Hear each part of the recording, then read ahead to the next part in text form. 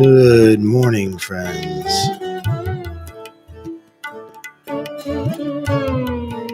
It is really good to be here this morning. It's great to be back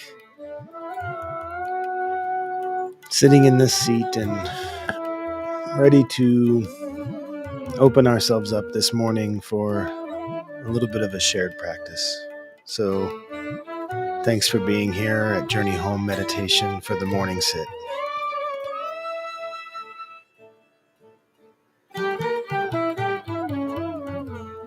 I appreciate you.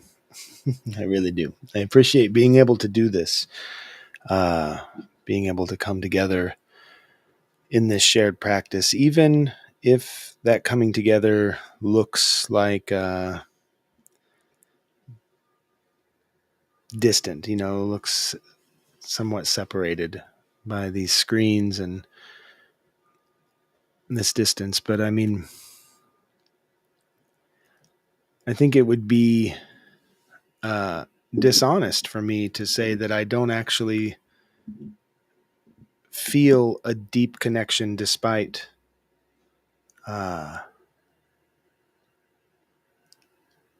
sitting in this room, seemingly alone.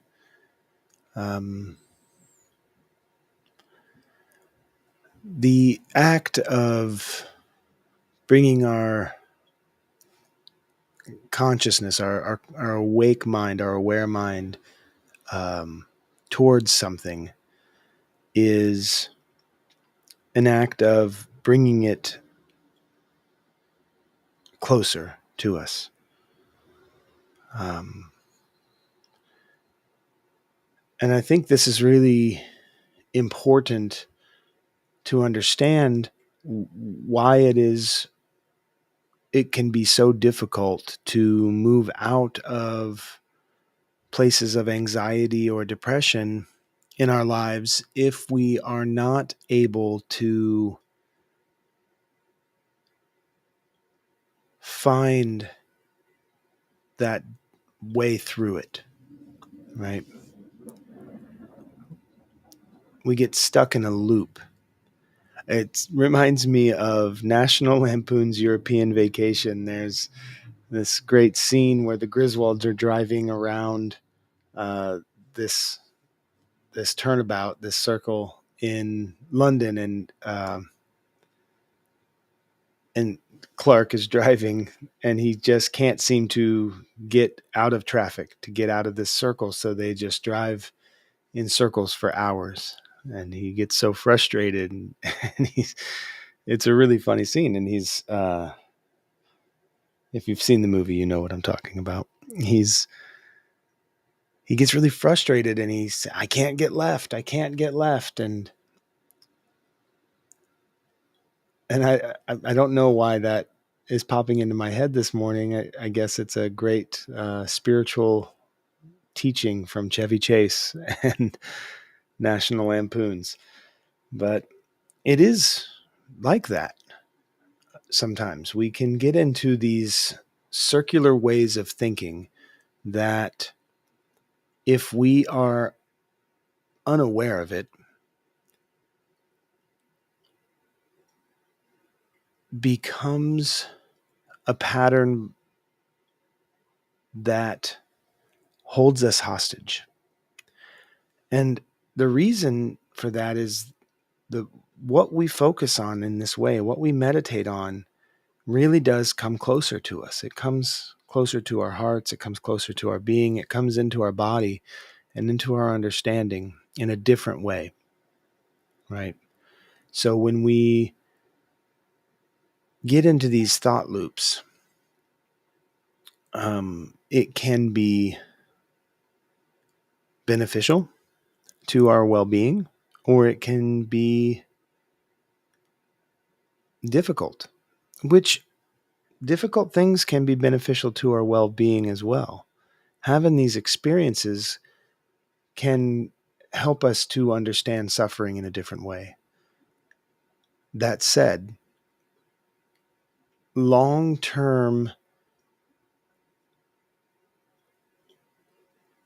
these thought prisons can begin to degrade our abilities to feel wellness.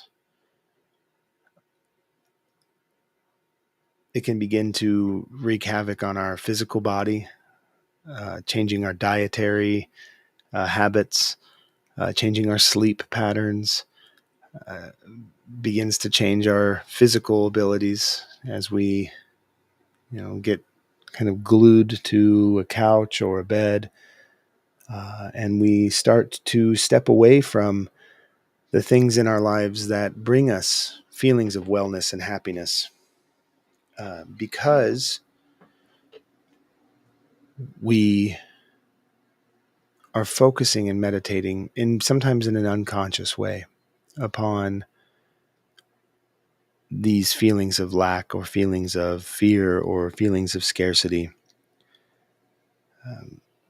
And that's also not to say that this is about blame. It's not about blame. It's just as much not about blaming ourselves as it is not about blaming others. It's about understanding. It's about coming to understand the simple mechanisms of this human existence.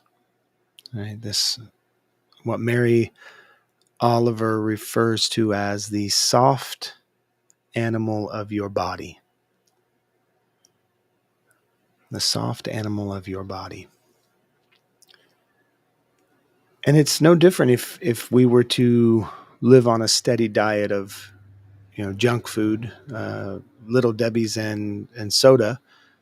Uh, in short time, our body would begin to degrade, and it would suffer, right? Our functionality would suffer. Our ability to process and move our bodies would suffer, and our mind would suffer. Uh, our rest would suffer. All of these things would begin to feel this sense of doom if we were to do that to our bodies. Well, when we do that to our mind, it's no different. And when we do that to our spiritual practice, it's no different. Um, One of the teachings of the Buddha was that I am of the nature to get sick. I am of the nature to get old, and I am of the nature to die. Right? We are soft beings, and we are temporary. So when we start to get into these thought loops that feel permanent, we are at odds with ourselves. We're at odds. Whether that thought loop is stuck in this sort of blind happiness, this rejection type of happiness, the type of happiness that requires a rejection of difficult feelings. It's the same as being stuck in these sensations and feelings that are painful and damaging to our well-being. Getting stuck in any place is being at odds with the temporary reality of our existence in this plane. So what we meditate upon then is to meditate upon what it is to accept what is in front of us and to let go just as quickly. And it's not that easy, right? Not at first. We have trained ourselves for most of our lives, many of us have trained ourselves thoroughly in the fine art of grasping, of holding on to the things that we think are good and rejecting the things that we think are bad. And one of the casualties of this way of being is to believe that some people are good and some people are bad. And then we go even more narrowed in as some people do good things, some people do bad things. and then some people are good one day and bad the next. And we have these like really structured ways that we judge the world based on how we judge ourselves. Of course, understanding that is key, that truly my judgments are a projection of my fears. And that doesn't always mean that's wrong. Right? That's not what's being spoken here. Sometimes our fear is there for a reason. Our fear can be there for a reason if there is danger. When I'm walking on the land around my home, for instance, we have rattlesnakes in the summer. And sometimes they're very small and sometimes they're very quiet. So when I'm walking, I have a certain presence of mind that is not a fear state, but an awareness. It brings me a different level of awareness. But if I hear that rattle, that awareness is fear. I become acutely aware of my fear when I hear that electric buzz in the grass. So not all fear is, and not all judgment is, to be rejected. That's not the point. Not a point of any of this is to reject anything. But we get stuck in these loops and these thought patterns, and it can become easy to think that some people just don't care, or that some people care too much about themselves and not about others. And this is a judgment that I have definitely felt, and I've expressed these feelings and these fears.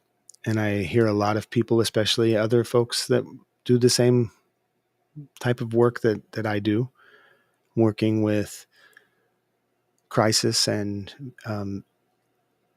levels of mental well-being, and, psychological well-being and physical well-being with other people who suffer the way I suffer. There can be a sense that the world sometimes is a cold, dark, and hurtful place. And it can become really easy to get stuck in the thought pattern that some people just aren't doing their best. They could do better. And this is a feeling that we have that is a nicer way of suffering. It's a justifiable way of suffering for a reason, right? Like, it's okay that I suffer this way and hold on to and grasp onto and have attachment to this suffering, because this suffering is justified by my feelings of injustice. Okay. If you can recognize that's what's happening, great. We have the choice to suffer all we'd like. But one thing that I keep reminding myself of is to understand the statement that we are all doing the best we can at any moment, right? We're all just doing the best we can, and that can be so easily dismissed. Well, I don't think that's true. In fact, we dismiss it in ourselves more than anything else. So that's where I'm going to go. I'm just going to go right to the times that I question whether or not I am doing the best I can in any moment. And to understand what that means, I think metaphors are really helpful. And for whatever reason, culturally speaking, whatever it is, the automobile is a pretty decent metaphor for these kind of things. And I want to be clear that I'm not comparing being a human to being a machine. But I think that we can understand some of the mechanics of what's happening if we can use this metaphor. My vehicle on cold mornings doesn't start quite as quickly as it does on warmer mornings. And over time, as the oil gets dirtier between oil changes, it doesn't quite run as efficiently and smoothly as it does when I have brand new oil and oil filter in.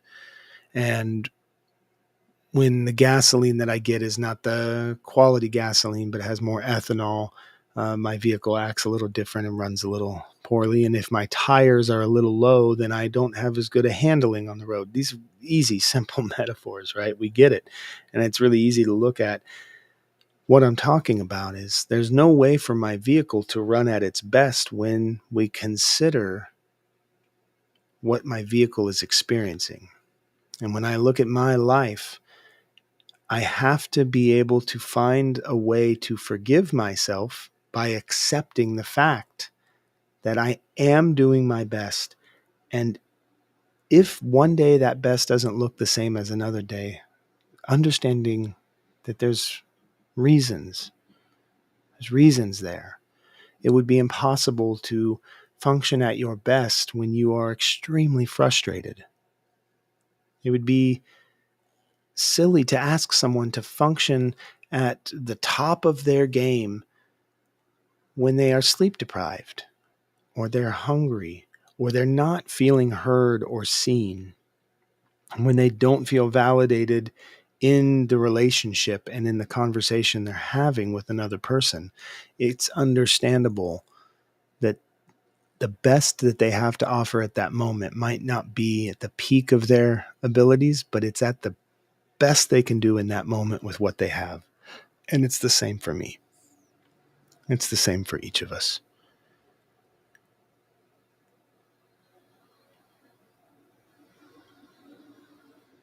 And I think that what we meditate upon,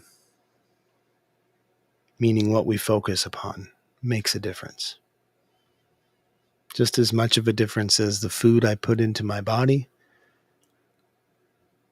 the way that my body digests that food, processes and extracts the nourishment from the food and rejects the toxins, letting those things go. All of it eventually leaves. My ability to do that in my thoughts and in my spiritual practice is just as vital and important. And this is what's going to help us come into relationship with understanding we are all doing our very best with what we have in that moment. And we can meditate ourselves onto that which nourishes us and that which is going to help us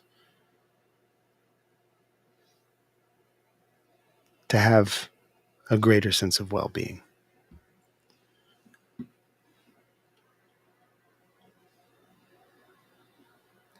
So if this is something you experience as well, I'd love to hear about it.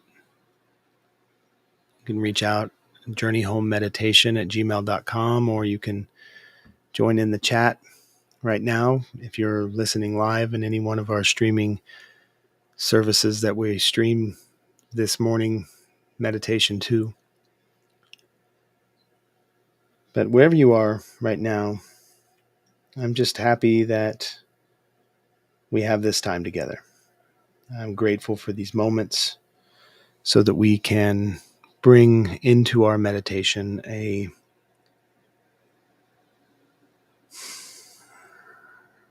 shared place of compassion and understanding as we work to alleviate the suffering that we all think that we are experiencing individually. And the best way that I found to do that is to remember that we are not individuals. While we are unique in some ways from one another, we are each just expressions of spirit. Right? Orion Foxwood calls it gestures of spirit. And I just love that feeling that invokes, to see spirit as gesturing each of us into existence.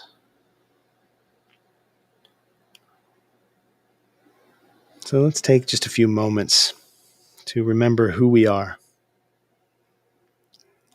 to remember what we're doing here.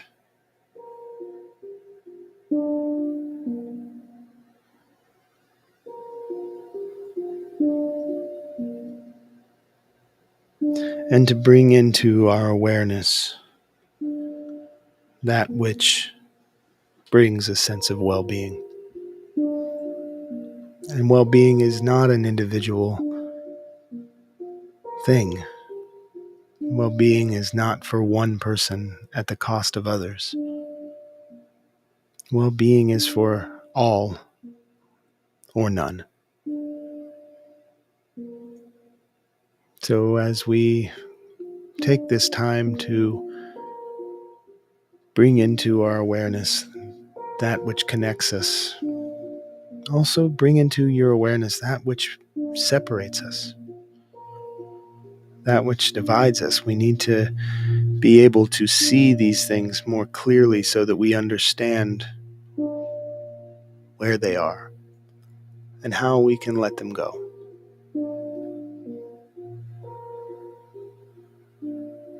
So if you're seated as I am in a chair, you can have your legs crossed and tucked underneath you, or your feet flat to the floor, whatever is most comfortable for you. And this practice will be a practice of devotion to our breath. So as we are moving into this meditation, everything we do will facilitate breathing. Breathe in through the nose.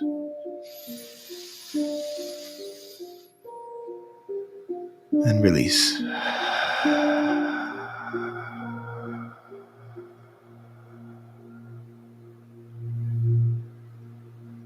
Breathing in, let the belly rise and fall with each breath through the nose. And release.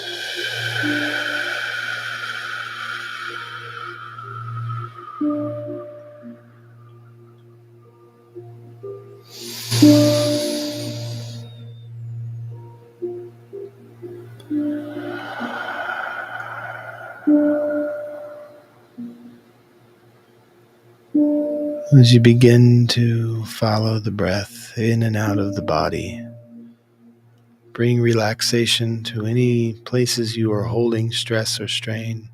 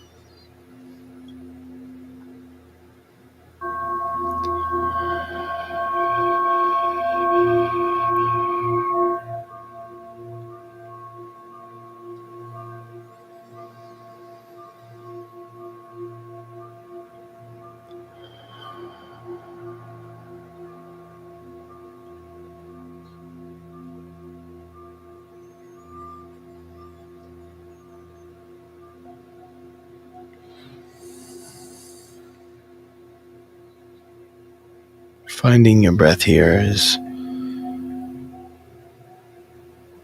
the key into a moment of unification of your body, mind, and spirit. This is the yoga Patanjali brought to the world. This is what it's meant when we talk about oneness.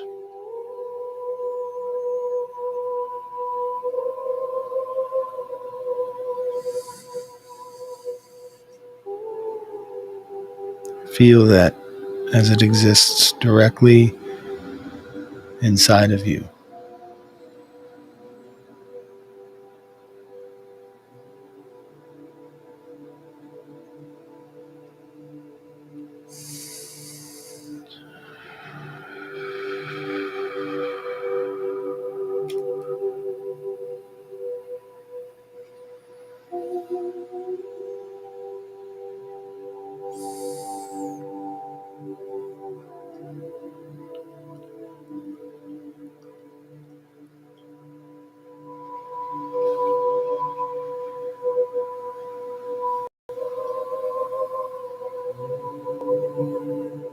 Allow yourself to be free from the loops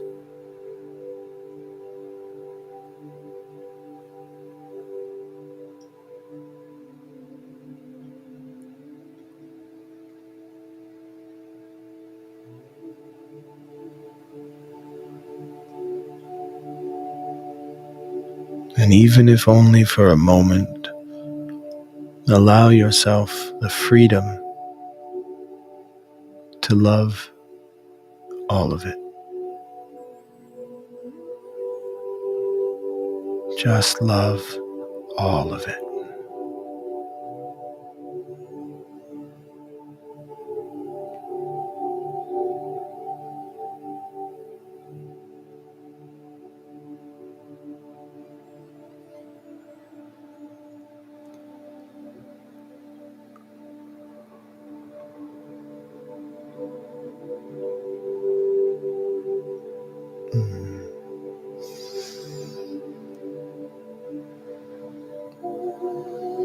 Just love all of it.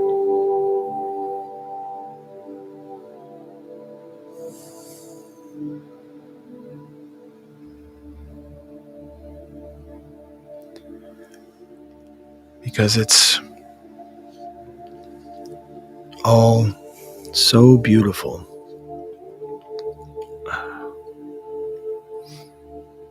Because it's all so short, so temporary.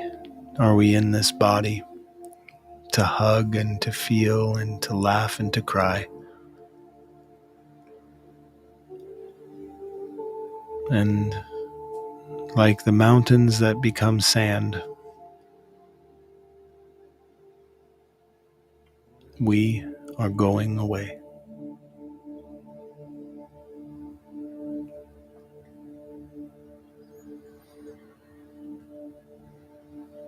So just let yourself love.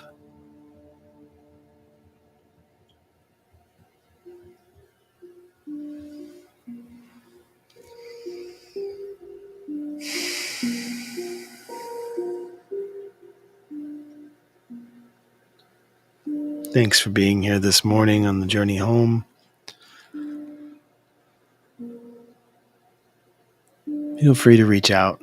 journeyhomemeditation@gmail.com. You can find us on social media platforms, YouTube, all the places, wherever you want to reach out. I'd love to hear from you.